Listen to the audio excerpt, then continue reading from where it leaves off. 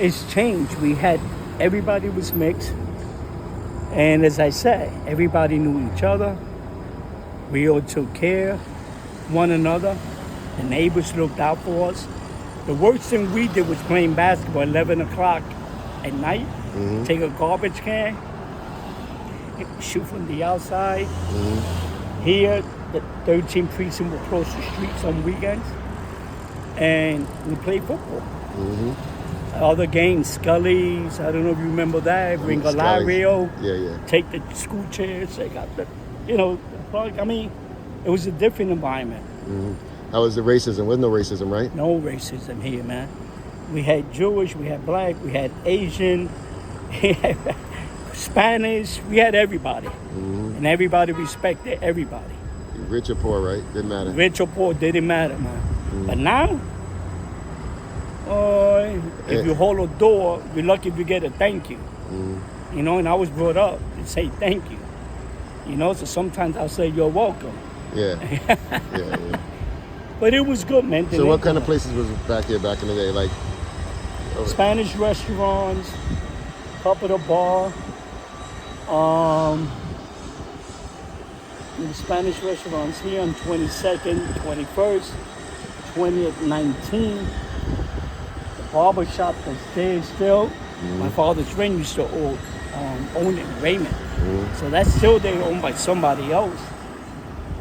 But it was just different. It was the people. Everybody got along. It was the people. You moved down from Spanish Harlem down here? Spanish Harlem, 103rd, La Marqueta, what they call La Marqueta, up there, 111, and Madison. The train, Metro North, run across. So we were always on 116. We still go. They get the Cuchivilitos and all that. Yeah. It was nice, man. So when you moved down here, what was the neighborhood like? What kind of apartment you lived in when you moved down here? 3-bedroom, 5-room, railroad apartment. Okay. Still in the family. Good. What year was that? 70s? 67. 67? Yeah. Okay, gotcha. 67. Like I said, the best supers to this day, my sister still lives there, and other family members, with the hippies. So even the hippies were in it. Yeah. They kept that building spotless. But it's changed a lot. It's not all for the better. So what you like most back then than now? Just the people. The people, right? Yeah, that's what kept me here. Without question. Yeah. The people. It was so proud. Everybody was proud. I'm proud, man. And safe. Everybody was saying, I used to walk down these streets at 17, coming out from clubs, sneaking out, 5th floor apartment. My mother never knew because she took sleeping pills. And you walk down and nothing. You saw some Cadillac. You saw actual pimps back in those days. Marshmallow shoes. You guys doing outside? Get home. That was it. Yeah. We never felt unsafe walking through. This was that. Because these were mostly factories all around. It started to come up in the 90s.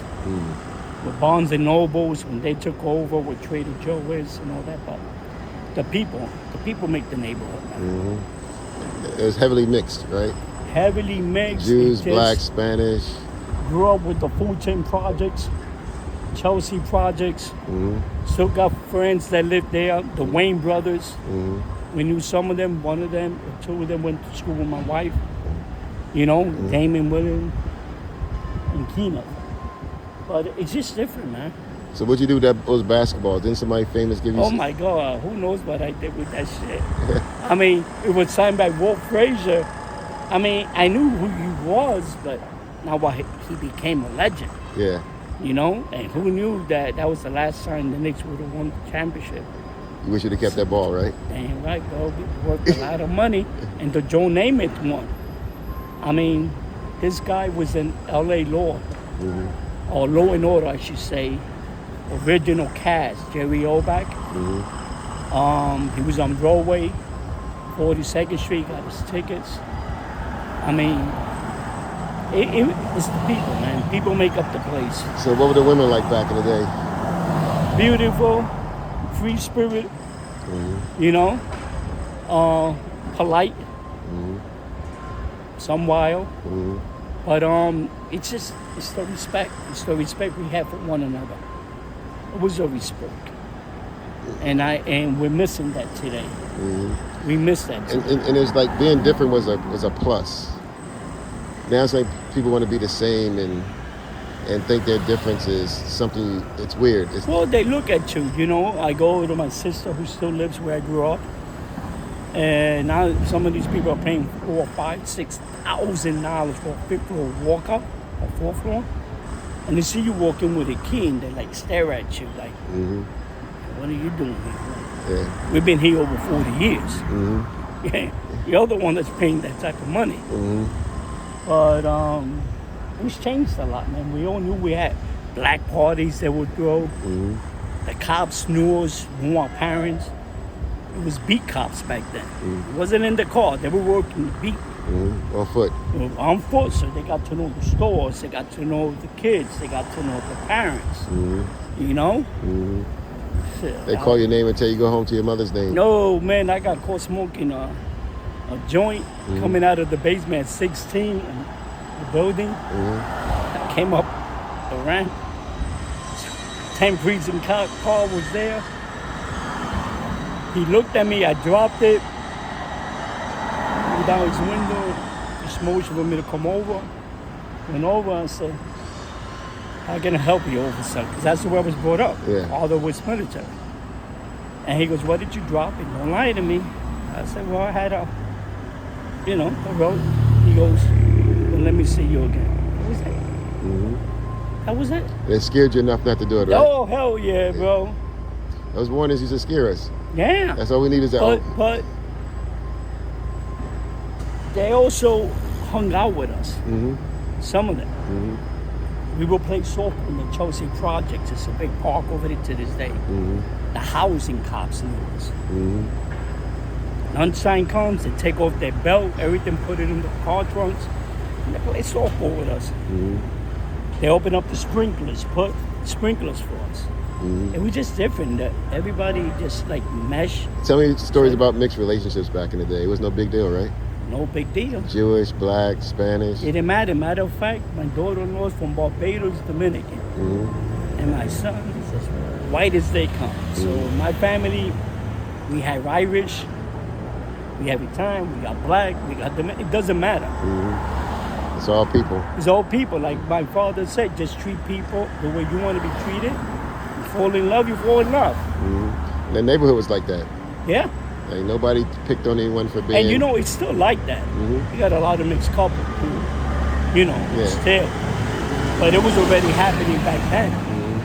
You know, it was already happening back then, and it was amazing. Like I said, I didn't know Razor One. I see it on TV, you know, as I was getting older. Late teens or man. We never did. Yeah. Those were my boys, those were my friends. And to this day, we stay in touch.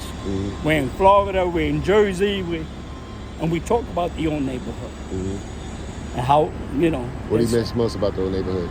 Huh? What do you miss most about the old neighborhood? People. People, right? It's the people.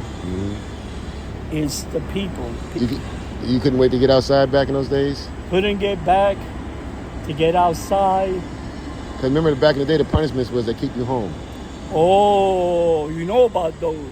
Yeah. Like that was the worst thing in the world is to stay home. My mother will whip us, you cry, and you go right back out.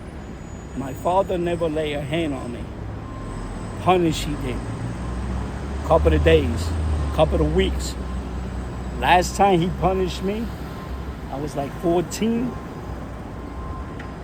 The whole summer, 2 months. No TV, no friends, no phones.